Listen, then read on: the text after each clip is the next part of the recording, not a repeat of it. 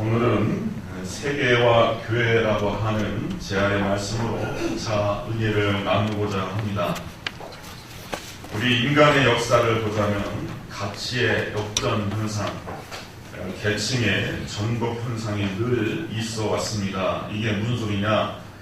앞선 세대, 앞선 시대에는 숭고하고 높았던 이념들, 가치, 종교들이 어느 순간에 땅에 떨어지고 또 상류층이었던 사람들이 비천하게 여겨지는 현상들이 인류 역사 가운데 흔했습니다.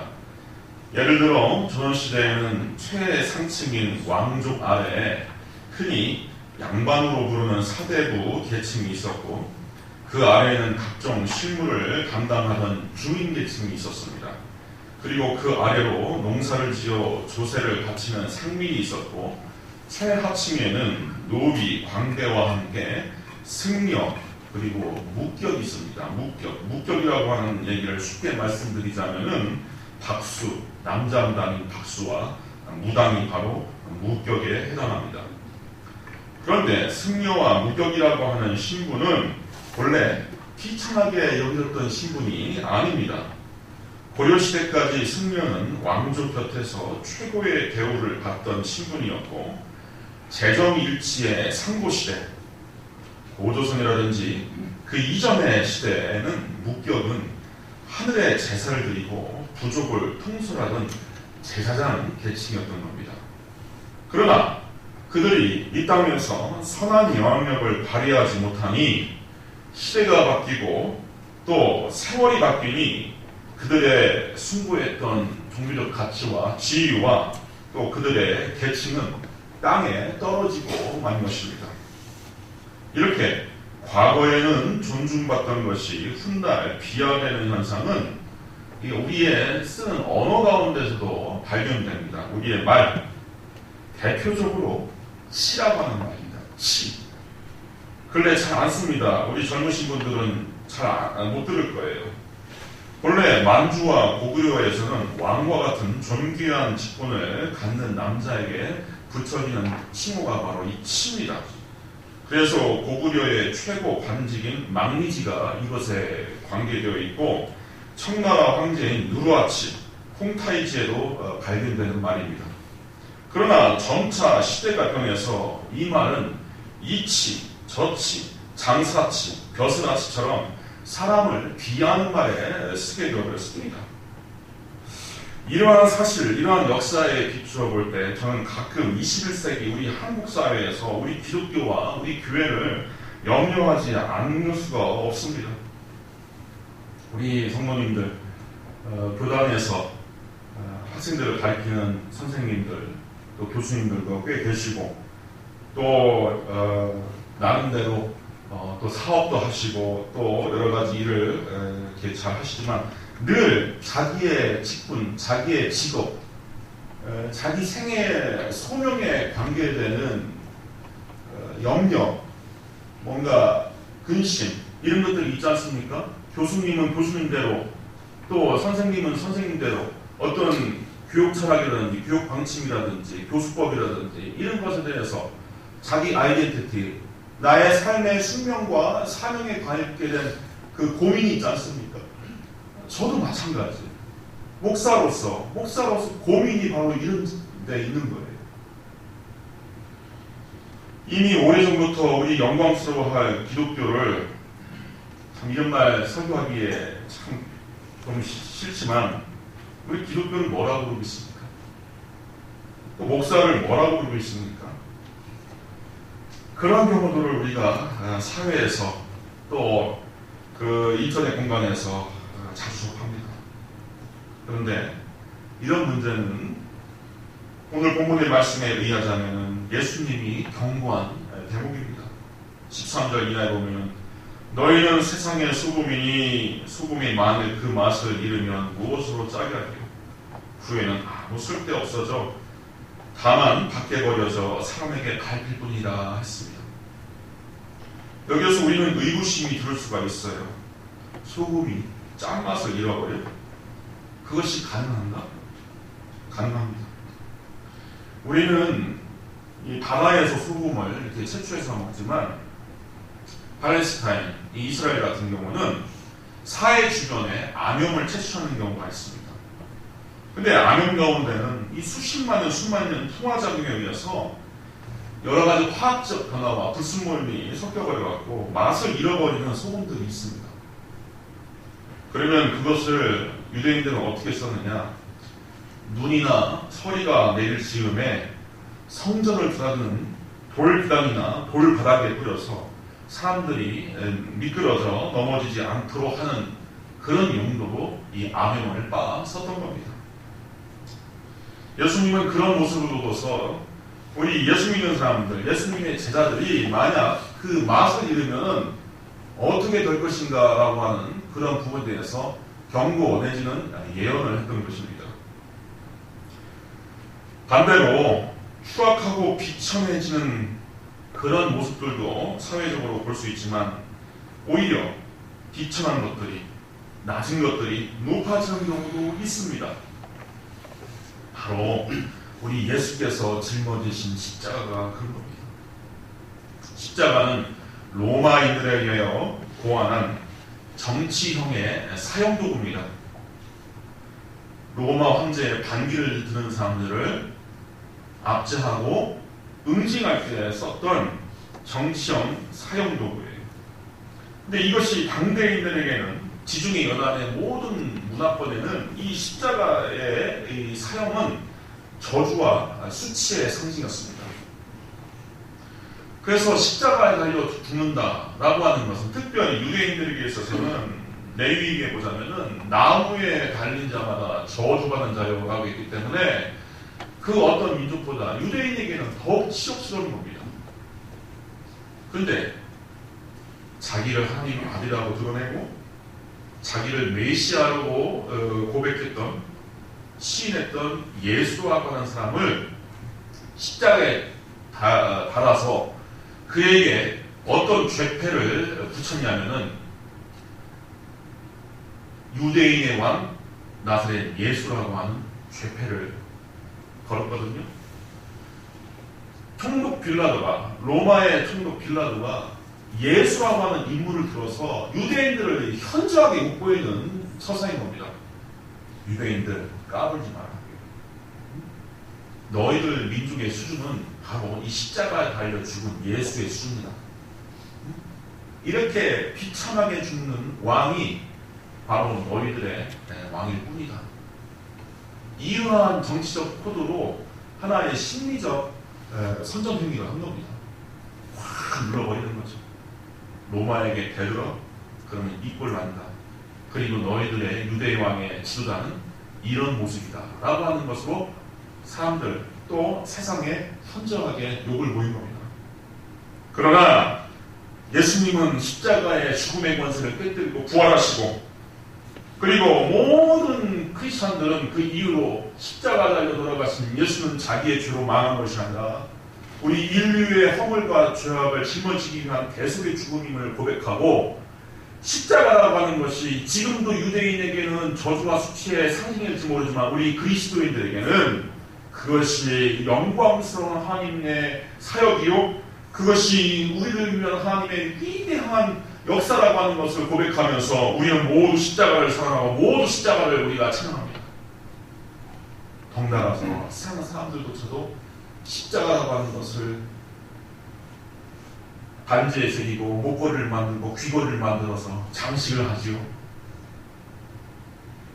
멋진 그 문양입니다. 그러니까 무슨 소리냐?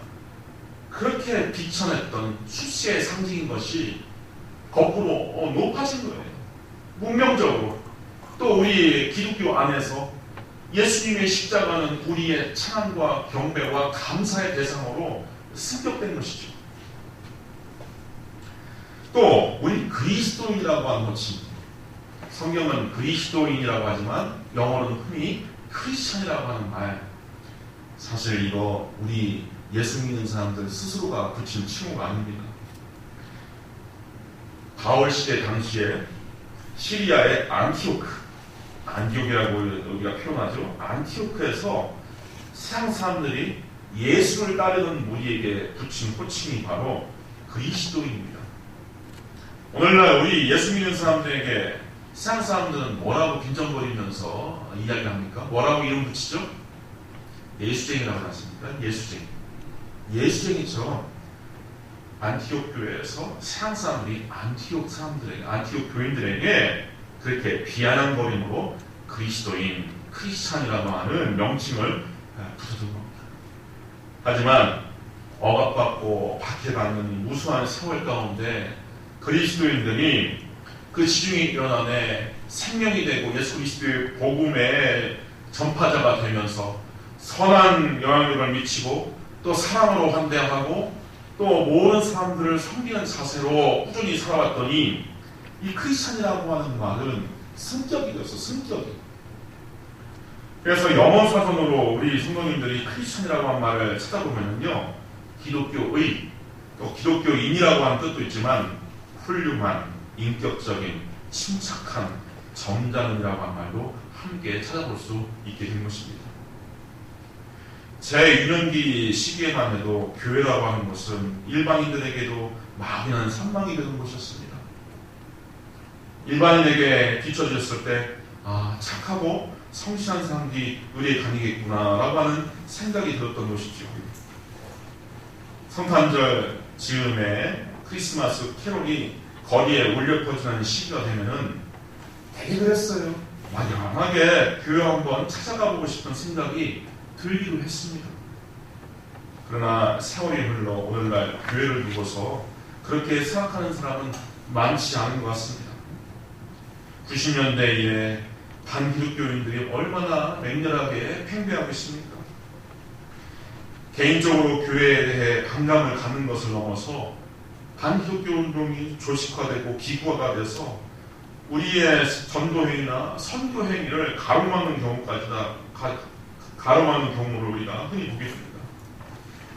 근데 비신자, 난 크리스찬에 있어서 이런 문제는 뭐 그렇다 쳐도 정작 요 근래에 나타나는 현상은 우리를 더욱더 가슴 아프게 합니다.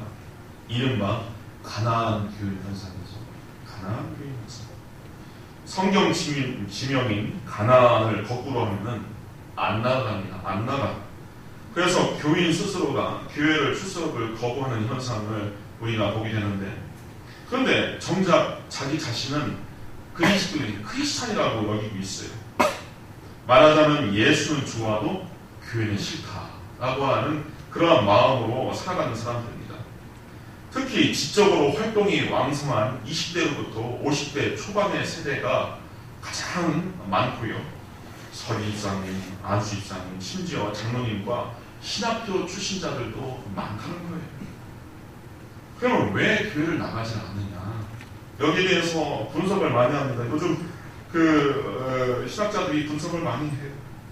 분석을 해봤더니 이러한 응답들이 돌아옵니다. 교회 안에서 이성을 무시하고 맹신을 강요한다. 또 상식적이지 않은 일들이 많다.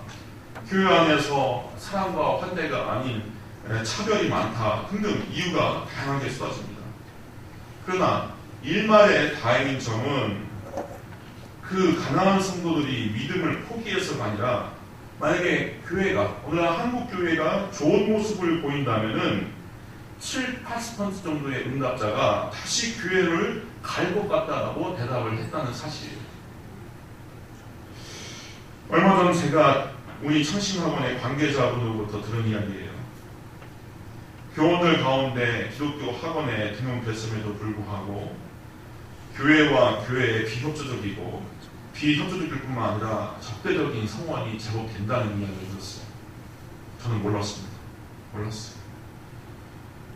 그냥 창신 교회에 안 나오면은 우리 선생님들이 의뢰 다른 교회쯤은 다니겠지 생각했지만 현실은 그렇지 않았던 것이고, 또 그냥 적대적인 생각을 교회에 대해서, 기독교에 대해서 별로 좋지 않은 생각을 가지면서도 창신학원을 다닌다는 것이죠. 저에게는 참 충격이었습니다. 오늘은 우리 한국 사회와 이런 교계의 현실을 연구하면서 예수님과 사도들의 교훈을 놓쳐서 21세기 한국을 사는 우리 예수 믿는 자들은 어떻게 될까? 본문의 말씀에 비추어서 의미를 나눠보겠습니다. 첫째, 그러면 우리가 어떻게 해야 되느냐? 교회는 무엇보다도 사랑의 공동체가 됩니다. 사랑의 공동체. 사랑의 회복이 정말 시급합니다. 이 사랑은 조건적인 사랑, 배타적인 사랑, 끼리끼리의 사랑이 되면 아니 됩니다. 예수님은 말씀하셨어요. 요한복음 13장 34절에 보면은 새 계명을 너에게 준다. 예수님으로부터 우리가 받는 겁니다. 새 계명을 너희에게 주노니 서로 사랑하라. 내가 너희를 사랑한 것 같이 너희도 서로 사랑하라. 너희가 서로 사랑하면 이로써 모든 사람이 너희가 내 제자인 줄 아니라 했어요. 예수님은 어떤 경우라도 사랑이 아니고서는 우리가 예수님의 제자가 될 수 있다라고 하신 적이 없습니다. 사랑이 아니고는 예수님의 제자라고 예수님이 인정한 사례가 없어요. 교회 건물이 중요한 게 아닙니다. 등록교회 교인 수가 중요한 게 아닙니다. 어떤 교단에 소속되어 있다, 장자교단이다, 이런 거 소용없습니다. 우리 목사님은, 우리 담임 목사님은 특별히 이렇다 등등 이런 것과 우리 성도님 한 사람 한 사람의 가치와는 전혀 무관한 겁니다.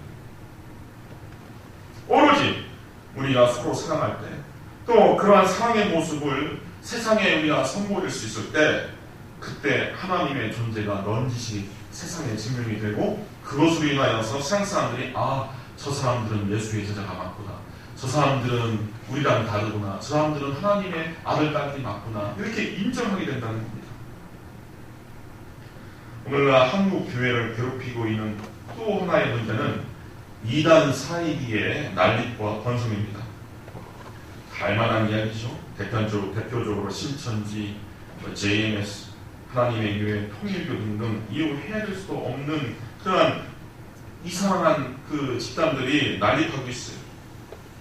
정통교회는 성장이 둔화되고 있는데 그들의 교세는 꾸준히 늘어나고 있는 추세라고 보고되고 있습니다. 신학자로서, 특별히 교리 신학자로서 저는 그들을 오래간 연구를 했어요. 처음에 그들에 대해서 연구하기 전에는 그들이 갖고 있는 교리가 정교하고 설득력 있고 세련되어서 많은 사람들이 거기에 현혹되는구나 라고 그렇게 생각을 해봤습니다. 그러면서 제가 직접 연구를 해봤더니 전혀 그러질 않아요. 성경 해석도 엉터리고 한결같이 교주의 신격화를 위해서 아전인식적으로 성경을 뜯어갖고 아전인식적으로 해석을 합니다. 우리의 교주가 신이다, 우리의 교주가 재림예수다, 우리의 교주가 보혜사 성령이다, 이런 식으로 뜯어맞히는 겁니다. 터무니없습니다. 여기에 어떻게 넘어갈 수가 있을까? 그럼 저들의 이렇게 난립은 도대체 어떤 이유가 있는가? 제가 면밀히 보니까 그 이유는 다른 데 있었습니다. 구성원들 간에 특별한 결속감이고 또 공사정신이었어요. 공사정신. 깜짝 놀랐습니다. 이상하죠. 특별히 구성원 가운데 긴밀한 펠로우십과 프렌드십이 장난이 아닌 겁니다. 장난이 아닌 겁니다. 제가 우리 교회에 부임하기 전에 함께 일했던 최모 목사님, 같은 부목사로서 같이 7년 정도 같이 일했던 최모 목사님이셨는데, 대학 시절에 여기 경상대를 나왔는데 대학 시절에 소위 JMS라고 하는 이단 교회를 다녔답니다. 근데 이분이 지금 돌이켜서 생각을 해볼 때도 놀라운 것이, 나는 너를 사랑해, 나는 너를 너무 아껴, 난 너를 위해서 난 희생할 수 있어 라고 하는 그러한 교인들을 거기서 만났는데, 지금 와서 생각해도 그게 빈말이 아니더라는 거예요. 너무나 아껴주고 사랑하고 위했다라고 하는 것 때문에 많은 사람들이 거친 세상에서 그 교회, 그 집단으로 와갖고 안도를 느끼고 사랑을 느끼고 거기에서 행복감을 느끼고 존재의 지지감을 얻고 그렇게 기쁨으로 살더라는 겁니다. 하나 더. 사회와 세상을 향하여서 막대한 자금과 인력을 동원해서 세상을 섬기고 있는 이단의 현실들을 제가 하나 더 말씀드리겠습니다. 대표적으로 모 이단 교회가 2016년에 영국 엘리자베스 여왕이 수상하는 봉사상을 받고요. 왕실 초청 가든 파티에 초대된 적이 있습니다. 그때 영국 측 인사로부터 나온 찬사가 이러합니다. 이 단체는 수속 도시뿐만 아니라 훨씬 먼 지역 사람들의 삶까지도 변화시켰다. 또한 젊은이들이 사회를 돕는 일에 참여하도록 격려하며 공동체 의식을 전파해왔다. 그들이 쏟은 노력과 시간과 활동에 대하여 이 권위 있는 상을 받을 자격이 매우 충분하다. 이들은 진정으로 행복감을 불러일으키는 단체이다 라고 칭송하면서 영국 황실에 수상을 했다는 거예요. 이게 한국 이단의 현실입니다. 이단 전문 연구가로 활동하다가 94년도 교양의 칼로 별세하신 고 탕명한 목사님이 계십니다.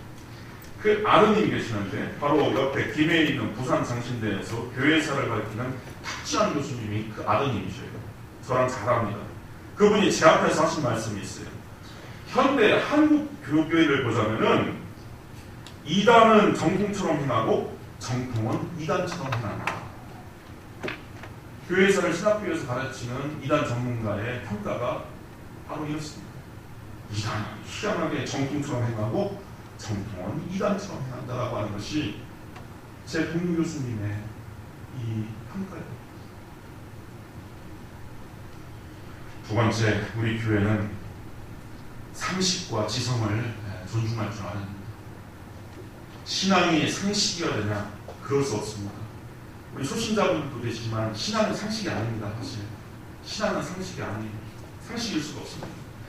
기독교의 진리는 상식이 아니에요. 왜냐하면 중요한 대목에서 세상의 상식과 법도를 초월합니다. 가령 믿음으로써 의롭음을 얻고 믿음으로써 하나님의 구원을 얻는다라고 하는 우리의 대표적인 교리인 이신칭의 교리만 봐도 알 수가 있어요. 야, 믿는다고 천당 가냐? 야, 착하게 살아야지. 세상 사람들은 그렇게 생각해도 하나님의 계시의 말씀은 의인 없는 게 하나도 없다. 우리의 공로로 율법을 행함으로써 하나님으로부터 인정받을 수 있는 의로움을 우리가 만들어 나갈 수가 없다.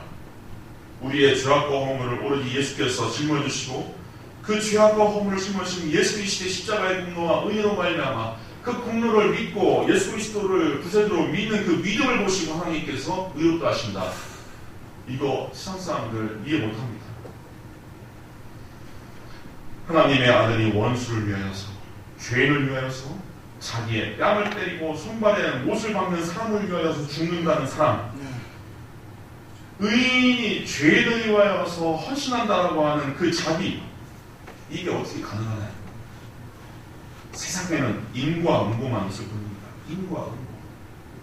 하지만은 우리 예수님은 죄인들이 먼저 하나님의 나라에 들어간다라고 하는 가르침을 베푼 겁니다. 그래서 기독교의 진리는 상식이 아닐 때가 많습니다. 그러나 그렇다 치더라도 우리가 교회가 세상 사람들에게 상처를 주고 마귀시하면 안 됩니다.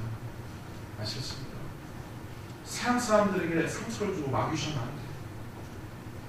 또 믿음이 약한 자나 부족한 자들이 있어도 그들을 함부로 우리가 비난과 정죄를 하면 안 됩니다. 교회는 아까 말씀드렸던 것처럼 원수를 사랑했던 예수님의 상처, 우리가 그것과 같이 우리와 다른 이질적인 사람에게도 환대하고 친절로 베풀고 사랑해줘야 됩니다.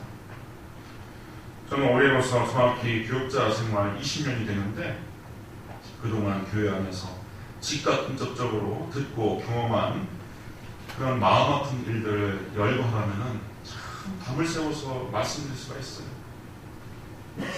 가령 교인이 불신자하고 결혼한다고 교회 목사님이 주례를 거부하는 바람에 시험에 들어서 교회를 옮긴 사례를 제가 봤어요. 어떤 젊은 학생은 이것이 옳다 해서 특정 정치 집회에 나가는데 그 이유로 마귀 자식이라고 하는 정죄를 당해서 교회를 떠난 사례도 봤습니다. 반주자가 나오지 않아서 예배 시간에 오르간 반주를 도왔던 피아노 반주자가 있어요. 그런데 네가 오르간 전공자가 아닌데 왜 오르간을 만지느냐라고 하는 꾸중을 듣고 교회를 떠난 것도 제가 봤어요. 한 번은 전도대에 의해서 스님이 전도받고 교회를 나왔어요. 그래서 한번 주님의 말씀을 들어보고자 꽤 오랜 기간 출석했습니다. 근데 그분이 승복을 입고 교회에 와서 맨 앞자리에 앉으신 거예요. 근데 교인분들이 수근수근하는 겁니다. 왜 승복을 입고 교회에 오냐. 수근수근돼서 결국 정착하지 못하고 그분이 다시 교회를 떠난 모습도 봤습니다. 심지어 한 신학교 출신 중년 남자는 제 앞에서 뼈아픈 과거의 일을 고백한 적이 있습니다. 농촌교회 장로로 섬겼던 부친이 오토바이 사고를 당해서 돌아가셨는데 훗날 예배 시간에 강단에서 목사님이 저 장로님은 목사 말에 순종하지 않아서 사고로 죽었다. 이래서 마침 은퇴 권사님이었던 할머니가 자기 자식 죽은 그 설교를 듣고서 철철 울면서 자리를 떠났고, 그리고 그 아들 되는 그 남자분은 신학교 출신임에도 불구하고 교회를 떠나버렸어요. 미국 철학자 랠프 에머슨이라고 하는 사람은 이런 유명한 말을 했습니다. 종교는 옹졸함에 의해서 효과적으로 무너진다. 옹졸함에 의해서 무너진다는 거예요. 사랑하지 못하고 품어주지 못하고 우리가 가독이지 못하고 관대하지 못해서 무너진다는 겁니다. 마지막으로 우리 성도님들에게 당부드립니다. 그래서 우리는 예수님처럼 드넓은 관용과 넓은 소통을 추구해야 됩니다. 빌립보서 4장 5절에 사도 바울은 너희의 관용을 모든 사람에게 알게 하라 했어요. 어떤 사람에게 알게 하라고요? 모든 사람. 교인에게만? 아니죠. 우리 창신교회 교인에게만? 아니죠. 내 이유, 또 나랑 생각이 다른 사람, 나랑 삶의 스타일이 다른 사람, 모든 사람과 할 것 없이 우리의 관용이 얼마나 넓은지 그것을 알게 하는 겁니다. 저는 개인적으로 예수님의 일대기 가운데 예수님의 관용의 정도가 너무 놀랍게 드러난 대표적인 에피소드는 요한복음에 있는 예수님께서 직접 사마리아 수가성에 가서 우물가에서 여인에게 먼저 말을 건 사건이라고 봅니다. 이게 뭐가 특별하다. 이 시대적 배경을 알면요, 깜짝 놀라요. 이게 너무나 있을 수가 없는 해프닝입니다. 이 사마리아 사람이라고 하는 것은 바로 지금 바로 북쪽에 있는 사람인데 완전히 이방인도 아니고 완전히 동족도 아닙니다. 아시리아에서 먼저 망했던 북이스라엘의 유민인데 그 땅에서 오래 기거하면서 주변 민족과 혼혈되면서 잡족이 됐어요. 근데 150년 뒤에 뒤늦게 멸망했던 남유대 사람들은 바벨론에 끌려가서 거기에서 종교를 다시 개혁하고 또 정치와 어떤 문화를 다시 개혁해서 다시 와서 남유다 지방에서 새로운 이제 역사적 시작을 하는데, 북이스라엘 유민들인 사마리아 사람들은 정말 잡족들이고 우리와 신앙이 너무 다르다. 우리도 그런 판단이 있지 않습니까? 교파가 다르면 우리가 선을 긋는 게 있잖아요. 특별히 사마리아 사람들은 이 모세 오경만 믿고 시편이라든지 예언서라든지 이런 걸 믿지 않아요. 그리고 자기네들의 주장들이 대대 이쪽 그리심산이라든지 벨이라든지 이런 북쪽 지방에서 단을 쌓고 예배를 드렸다라고 해서 남유다 사람들이 예루살렘에서 예배를 드리는 것을 인정 안 합니다. 또 북쪽 사람들은. 성경을 보면 사실 그래요. 언제부터 이스라엘에서 예루살렘에서 제사 드렸냐면은 다윗 왕 시절에서 비로소 제사 드렸거든요. 아브라함도 거기서 아브라함이나 족장들이나 이런 되게 유명한 사람들이 남쪽에서 제사 드리지가 않습니다. 그러니까 서로 적대적이에요. 어느 정도가 적대적이냐면은 사람을 보지 않습니다. 서로 간에. 그래서 유대인들이 저 북쪽 갈릴리 지방에서 사마리아를 거쳐서 남유다로 올 것 같으면 관통해 오지 않습니다. 그 땅은 개나 돼지가 사는 땅이라 생각해서 요단강을 건너서 요단강으로 남아에서 다시 요단강을 한 번 더 건너서 예루살렘으로 들어오는 거예요. 이렇게 서로 경계하고 미워했던 사람들인데 예수님이 그곳을 찾아갑니다. 근데 거기서 예수님이 귀족을 만나는 것도 아니고 또 정치적 지도자를 만나는 것도 아니고 또 고매한 사람을 만나는 것이 아니라 5명의 남편을 갈아치운 음란한 여자를 만납니다. 이 여자가 하도 행실이 안 좋으니까 사람들이 낮잠 자는 시간에 물을 흘리러 가요. 그런데 예수님께서 피곤하시고 지쳐서 우물 곁에 앉아 계셔서 쉬고 계시는데 그 음란한 여자가 동네 사람들의 눈을 피해서 물을 길러 온 거예요. 예수님께서 보시니까 그 여자의 삶이 얼마나 척박하고 기구한지 한눈에 보이시는 겁니다. 그런데 이때 예수님께서 이 우물가에 물 길러 오는 그 여자에게 물을 달라고 먼저 청합니다. 그 여자가 갖고 있는 물통이라든지 이 바가지를 사용해서 자기가 물을 마시겠다라고 하는 거예요. 이 대목은 우리가 쉽게 읽어 넘길 수가 있지만 매우 경악할 만한 사건입니다. 왜냐? 사마리아 사람인데다가 음녀예요. 죄인입니다. 서로 교류도 하지 않고 마주치려고 하지 않는 데다가 이 여자는 죄인 중에 상죄인입니다. 이 여자가 쓰는 바가지에다가 물을 마신다라고 하는 것은 쉽게 말해서 개밥그릇에다가 밥을 떠서 밥을 먹겠다라고 하는 뜻입니다. 그러니까 이 여자가 당신 보아하는 유대인이 이렇게 나보고 물을 달라고 하십니까? 여자가 깜짝 놀랍니다. 이것은 요한복음 4장에 기록되어 있으니 각자가 한번 보시고요.